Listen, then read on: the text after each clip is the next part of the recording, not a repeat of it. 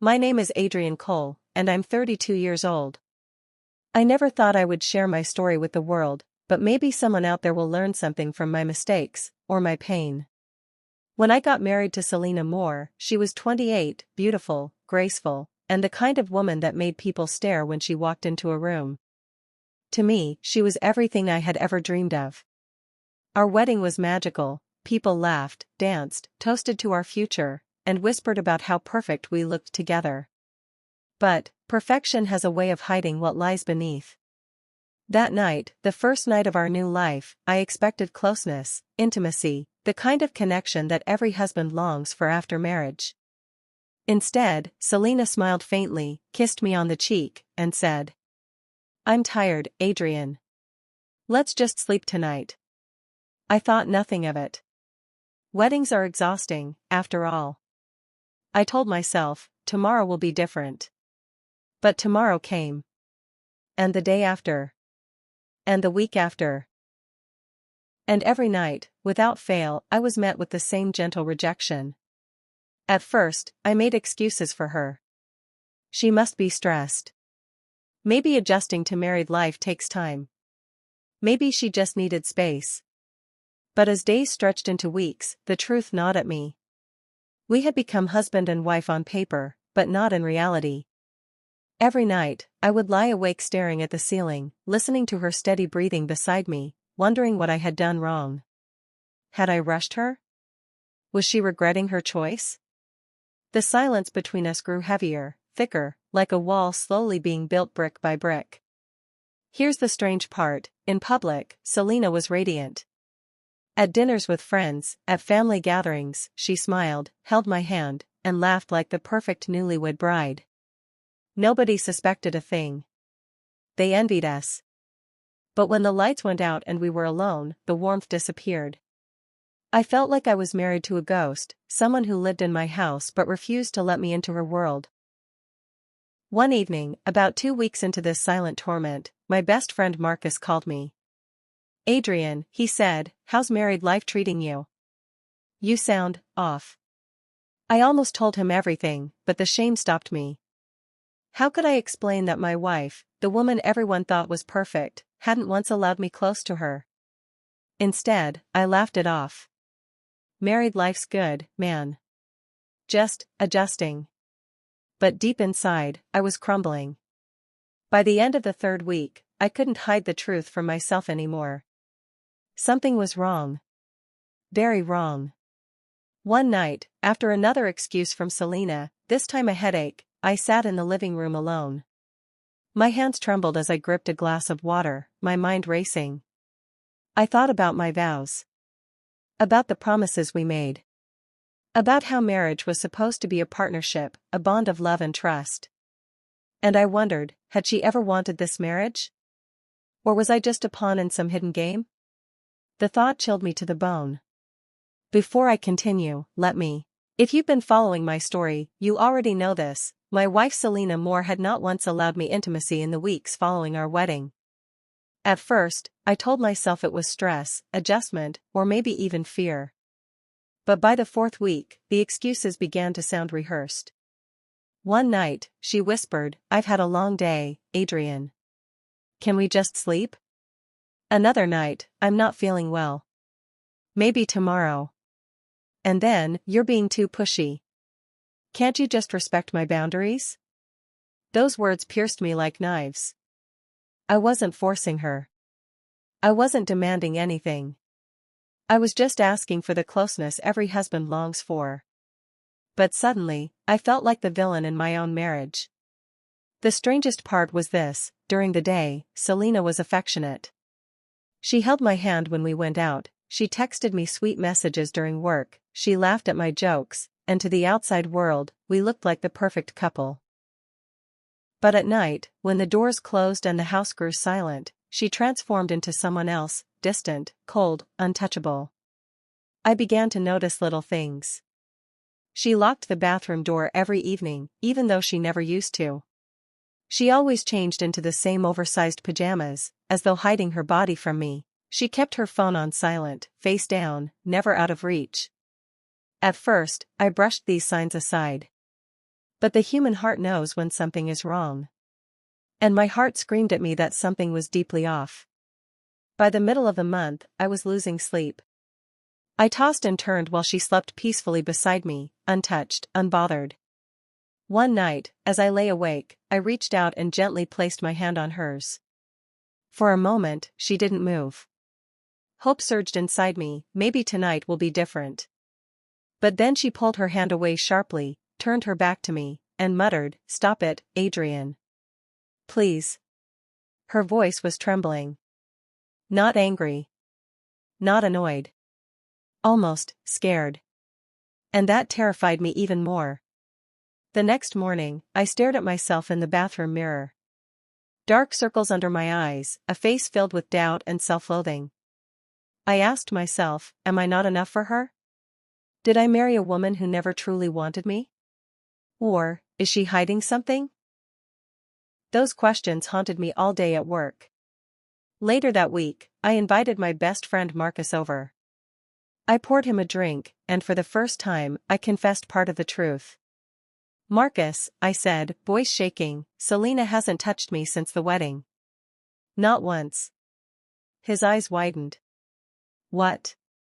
Bro, that's not normal. Have you talked to her about it?"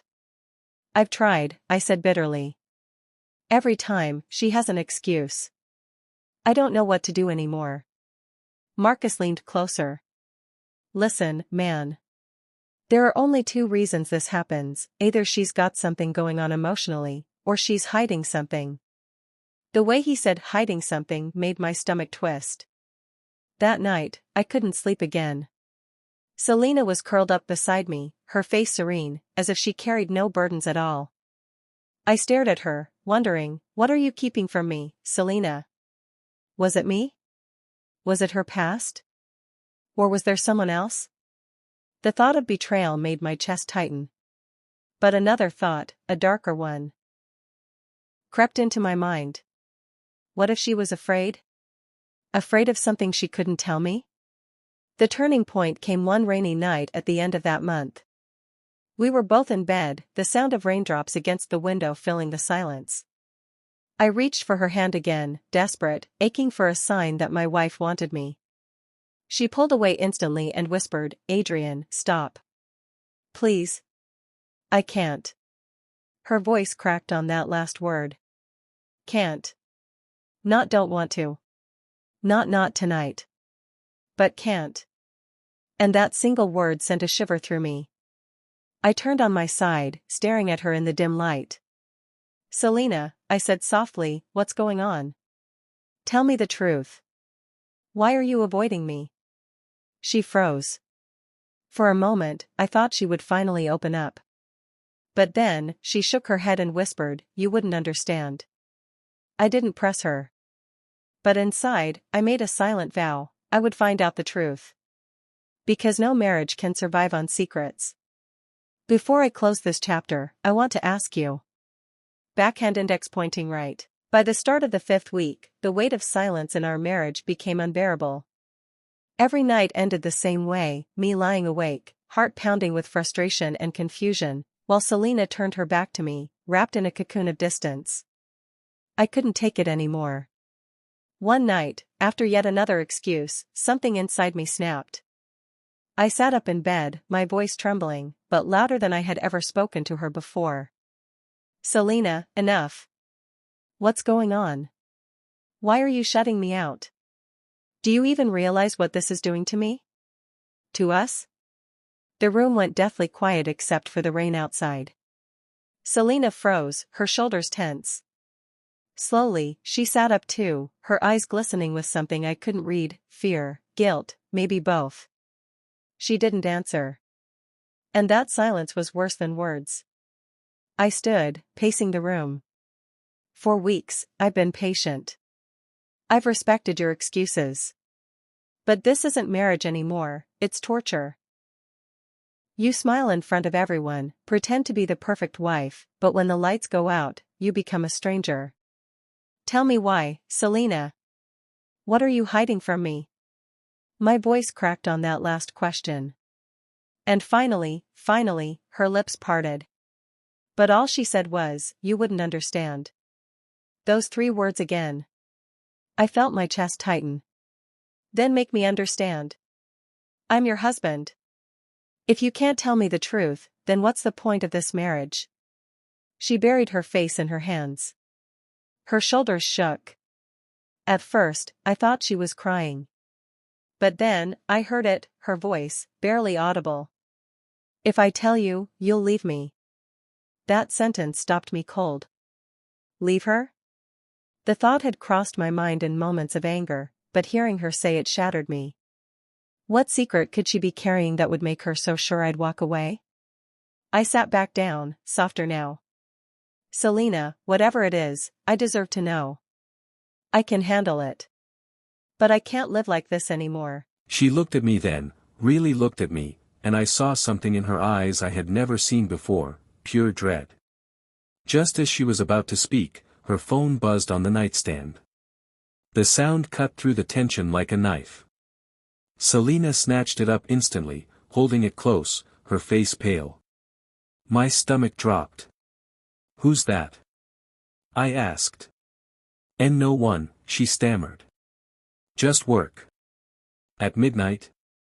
I snapped. "Selena, give me the phone." Her grip tightened. She shook her head violently. "No, Adrian. You can't." The room spun. Every suspicion I had buried came flooding back: betrayal, lies, someone else. I reached for the phone, but she jumped back, clutching it to her chest like her life depended on it. "Stop," she cried. "Please, you don't understand." Her panic only fueled my rage. "Then make me understand," I shouted. For a long moment, we just stood there, me shaking with anger, her trembling with fear, the storm outside roaring louder and louder. Finally, she whispered, "If you see what's in here, everything changes." Her voice was so broken, so fragile, that it almost scared me more than the secrets she was hiding. I took a step back, breathing hard, my hands shaking. "Then answer me this, Selena. Is there someone else?" Her eyes widened, and for a split second, I saw something: shock, maybe even hurt. Then, she shook her head fiercely. "No. Adrian, no. It's not another man. It's not what you think. But if not that, then what?" I pressed further. "Then tell me what it is. Because right now, I feel like I married a stranger. Every night you turn away from me. Every night you push me out. You say you love me, but your actions..." My voice broke. "Your actions say you don't." Tears spilled down her cheeks then, and she whispered something I'll never forget. "I love you, Adrian. More than you'll ever know. That's why I can't let you in. Not yet. Not yet." The phrase echoed in my mind like a riddle. The confrontation ended with silence. She turned away, clutching her phone, and I lay in bed staring at the ceiling, consumed by questions that burned like fire. If it wasn't another man, then what was it? Why was my wife so terrified of letting me close? And what secret could possibly be so devastating that she thought I'd leave her if I knew? The night after our confrontation, the silence in our bedroom was unbearable. I couldn't sleep. I couldn't even close my eyes. My wife lay just a few feet away, holding a phone like it was some kind of shield, and I felt like there was a stranger in my bed. I knew then, if I wanted answers, I had to find them myself. The next day, I left for work but came back earlier than usual. Selena thought I'd be gone until evening. When I opened the door quietly, I heard something upstairs, soft sobs, muffled by the closed bedroom door. My chest tightened. I climbed the stairs, each creak of the wood echoing in my ears like a countdown. When I pushed open the door just an inch, I saw her sitting on the floor, clutching her phone, her body shaking with tears. And on the screen, I glimpsed something I never expected. Not messages from another man. Not flirty texts or secret dates. But a medical app. Her phone displayed reminders for hospital visits, test results, and a string of messages from a doctor. I froze. I stepped into the room, and she gasped, scrambling to hide the phone. "Adrian. What are you doing here?" I ignored her question. My voice was low, trembling. "Selena, why didn't you tell me?" Her eyes darted everywhere but me. "You weren't supposed to see that." "Then when?" I demanded. "When were you going to tell me that you're sick?" Her face crumbled. She pressed her hands to her mouth as if holding back a scream. Finally, she whispered, "Because I didn't want you to see me differently." I sank onto the floor beside her, my heart pounding. "Selena, talk to me. What's going on?" She hesitated, her hands trembling. Then, with tears streaming down her face, she said the words that shattered me. "I was diagnosed a few months before our wedding. Adrian, I have a condition that makes intimacy painful. The doctors aren't sure how to treat it fully yet. I thought it would get better. I thought I could fix it before you ever noticed. But I couldn't." Her voice broke completely. "And I was terrified that if you found out, you'd regret marrying me. That you'd walk away." I just sat there, stunned. All the anger, all the suspicion, all the nights I thought she was betraying me, it all crumbled into dust. She wasn't avoiding me because she didn't love me. She was avoiding me because she loved me so much she couldn't bear the thought of me looking at her with pity. The truth hit me harder than any lie ever could. For the first time in weeks, I pulled her into my arms. She resisted at first, shaking, but then collapsed against me, sobbing into my chest. "You should have told me," I whispered. "Selena, we're supposed to face things together. Marriage isn't about hiding pain, it's about sharing it." She shook her head. "I wanted to be the perfect wife. I didn't want to start our marriage with something broken." I kissed her forehead gently. "You're not broken. You're human. And you're mine. No matter." When I saw that message pop up on Selena's phone, my blood turned to ice. "We can't hide this forever. He's going to find out. From someone saved only as M." My mind spun. After everything she told me, after all the tears, after admitting her illness, was there still something she was keeping from me? I wanted to believe her. God, I wanted to. But the words glared back at me like a cruel joke. Who was M? And what were they hiding from me? Selena walked out of the bathroom, hair damp, wrapped in a towel, and froze when she saw me holding her phone. Her face went pale. "Adrian, please, don't." I cut her off. My voice cracked. "Who is M?" She shook her head, tears already welling up. "It's not what you think." "Then tell me." I demanded. "Because I've spent weeks drowning in doubt. You said it wasn't another man. You said it was just your illness. But now. Now I see this, and I don't know what to believe anymore." Her lips trembled. She reached out for me, but I pulled back. For a moment, the silence was unbearable. Then, finally, she whispered. "M is my mother." I blinked, confused. "Your mother? But you told me she passed away years ago." Selena nodded slowly, guilt flooding her eyes. "That's what everyone thinks. That's what I told you. But the truth is, she didn't die. She left. She was battling the same condition I have, and instead of facing it, she disappeared. My family made me promise to keep it a secret because of the shame it brought." I felt my knees weaken. "You lied, about something that big?" She nodded, sobbing now. "I didn't want you to judge me the way everyone judged her. I didn't want you to think I'd end up like her. But she came back into my life just before the wedding. She's been helping me, supporting me with the treatments. That's why she texts at night. That's why I've been hiding." My head spun. Everything I thought I knew about my wife, her family, our marriage, it all shifted in a single moment. I sat down hard on the bed, my hands shaking. Selina, do you realize what this has done to me?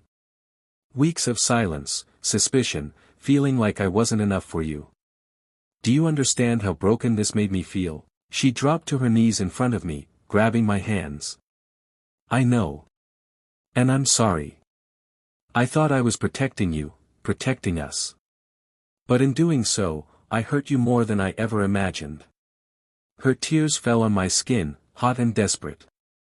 I looked at her, the woman I loved, the woman who had lied, but also the woman who was carrying a burden heavier than I had ever guessed. Part of me wanted to run, to escape the weight of her secrets. But another part, the part that remembered our vows, our laughter, our dreams, it whispered, stay. That night, we talked for hours. About her mother. About her illness. About the lies that had poisoned our marriage before it even had a chance to grow. It wasn't easy. Every truth felt like a knife. But somehow, through the pain, we began to rebuild something fragile but real, honesty. I told her I couldn't live in the shadows anymore. That if we were to survive, there could be no more secrets, ever. She promised, through tears, that she would never hide anything from me again. The next morning, as sunlight poured through the window, I looked at her sleeping beside me, not the perfect bride everyone else saw, but the flawed, hurting, complicated woman she truly was. And strangely, for the first time since our wedding, I felt closer to her. Because intimacy isn't just about the body.